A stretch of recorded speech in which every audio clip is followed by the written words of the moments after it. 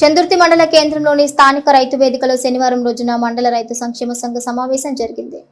ఈ కార్యక్రమంలో మండల రైతు సంక్షేమ సంఘం అధ్యక్షులు చిలక పెంటయ్య మాట్లాడుతూ తెలంగాణ రాష్ట్ర రైతులపై ఎందుకింత వివక్ష తెలంగాణ ప్రభుత్వం చూపుతోందని, రైతు రుణమాఫీ ఏకకాలంలో 2 లక్షల రుణమాఫీ చేశామని చెప్పుకుంటూ, అలాగే రైతు బంధు పేరును రైతు భరోసాగా మార్చి ఎకరానికి 15,000 రూపాయలు పెట్టుబడి సాయంగా రైతుల ఖాతాల్లో జమ చేయడం జరిగిందని తెలంగాణ రాష్ట్ర ముఖ్యమంత్రి మంత్రులు చెప్తున్నారని, అయితే చందుర్తి మండలంలో దాదాపు 450 మంది రైతులకు ఇప్పటి వరకు రుణమాఫీ కాలేదని, రైతు భరోసా పేరున కొంతమంది రైతుల ఖాతాల్లో మాత్రమే రైతు భరోసా వేశారని, ఇప్పటి వరకు చాలా మంది రైతులకు రైతు భరోసా అందలేదని, అన్నం పెట్టే రైతులను ఆదుకోవాలి కానీ కళ్ళబొల్లి మాటలు చెప్పి రైతులపై వివక్ష చూపరాదని అన్నారు. మండలంలో వరి కోతలు మొదలై 10 రోజులు అవుతుందని, వెంటనే కొనుగోలు కేంద్రాలు ప్రారంభించి ధాన్యం కొనుగోలు కుంటి సాకులు చెప్పకుండా చేసి రైతులను అన్ని విధాలుగా ఆదుకోవాలని ఈ సందర్భంగా ప్రభుత్వాన్ని డిమాండ్ చేశారు. ఈ కార్యక్రమంలో రైతు సంఘం నాయకులు పెగ్గర్ల రమేష్, దుమ్మ అంజయ్య, సుద్దాల నర్సయ్య, లక్కర్సు మహేష్, రాజు, పోతరాజు, తిరుపతి, రవీందర్ రెడ్డి, భూమేష్ రైతులు పాల్గొన్నారు. చందుర్తి మండల కేంద్రంలో రైతు సంక్షేమ సంఘం మండల శాఖ ఆధ్వర్యంలో ఈ కార్యక్రమంలో పాల్గొన్న మండల స్థాయి కార్యవర్గ సభ్యులు, రైతు సోదరులు, రైతు మిత్రులు, రైతులు అందరం ఈరోజు సమావేశమైంది. ఈ సమావేశం వచ్చినటువంటి అందరికీ పేరు పేరున నమస్కారములు.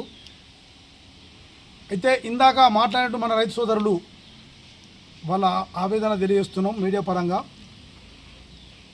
ప్రభుత్వం రైతు బంధు 15,000 ఇస్తున్నారు, గతంలో 10,000 ఇస్తే తర్వాత 2 లక్షలపై రుణమాఫీ అన్నారు, బ్యాంకుల్లో పైసలు కట్టని సాక్షాత్తు ముఖ్యమంత్రి గారే 2 లక్షల మీద ఎబో ఉన్న కట్టండి మీకు మాఫీ చేస్తున్నారు. ఇలా అసెంబ్లీలో చూస్తుంటే మాట్లాడుతుంటే మేము రైతు బంధు పూర్తి చేసేసినాం, మేము రుణమాఫీ పూర్తి చేసినాం అంటారు కదా. 450 మంది దాదాపు రుణమాఫీ కాని వాళ్ళు చందుర్తి మండలం ఉన్నారు. ఎవరు వచ్చినా ఈ కోఆపరేటివ్ బ్యాంక్ అన్నా, లేకపోతే రాజీవ్ గాంధీ చౌక్ అన్నా, లేకపోతే స్తూపం కన్నా కూర్చుని చర్చించుకుందాం. మీరు ఎంతవరకు మీరు రైతు బంధు ఇచ్చిర్రు, ఎంతమంది రుణమాఫీ చేసారు చర్చించుకోవడానికి మేము రైతు సంఘం తరఫున మేమందరం సమిష్టిగా సిద్ధంగా ఉన్నాం. ఎవరైనా మాట్లాడండి. ముఖ్యమంత్రి రైతు బంధు అయిపోయిందంట, రుణమాఫీ అయిందంటాడు. ఎక్కడైంది? మీరు దసరా అన్నారు, దసరా అయిపోయింది. సీతక్క గారు గౌరవనీయులు ఆడబిడ్డ ముఖ్యమంత్రి గారు ఏమన్నారు? సంక్రాంతికి అన్నారు, తర్వాత ఉగాది అన్నారు, ముఖ్యమంత్రి 31 డిసెంబర్ అన్నారు.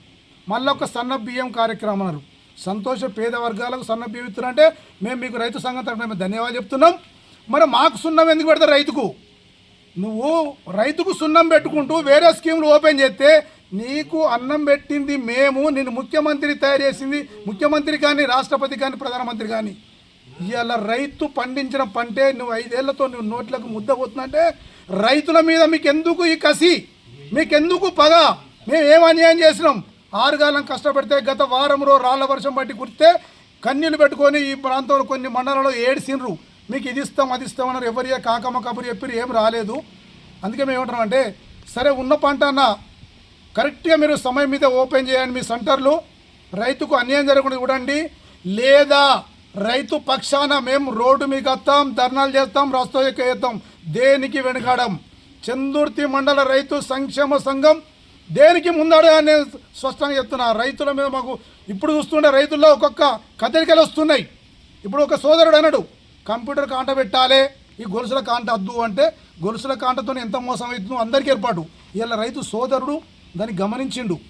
అందుకని చెప్తున్నా, వెంటనే రుణమాఫీ కానీ రైతు బంధు కానీ పూర్తి క్లియరే. మరి పంట ఇప్పుడు కోసిన తర్వాత నువ్వు రైతు బంధు వేయకపోతే ఇంకెప్పుడు ఎత్తావు? వరి కోతలు అయిపోయినాయి. ఇప్పుడు మళ్ళీ 5వ నెలలో ఇప్పుడు రోనే వస్తుంది. మళ్ళీ ఎప్పుడు మనం రైతు బంధు ఎత్తావు? మేము బిచ్చం అడుకుంటున్నామా? అయ్యా మాకు ఇంత బిచ్చం అయ్యి ఎన్ని 3 సార్లు 4 విడతల 3 విడతల ఏంటిది? రైతులు మేము బిచ్చగాలం అయిపోయినావా? రైతుకు అనేది రేపు రాబోయే ఇట్లే ఎత్తే రేపు స్ట్రైక్ చేసే అవసరం వస్తుంది. పంటను కూడా మేము పండించనుకుంటా ఒక్క సంవత్సరం మీరు రోడ్డు మీకు వచ్చానుకో, మీ పరిస్థితులు, మీ బతుకులు రోడ్డు మీకు వస్తాయి. మీకు అన్నం పెట్టే రైతు దొరకడు గుర్తుంచుకో. రైతులు ఇప్పుడిప్పుడే చైతన్యవంతం అవుతున్నారు. ఇలా హర్యానాలో చూసినాం, పంజాబ్లో చూసినాం. అటువంటి పరిస్థితులు కూడా రాబోయే రోజుల్లో ఈ తెలంగాణలో కానీ ఇంకా వేరే రాష్ట్రాలు కానీ తప్పకుండా రైతులు తిరుగుబాటు చేస్తారు.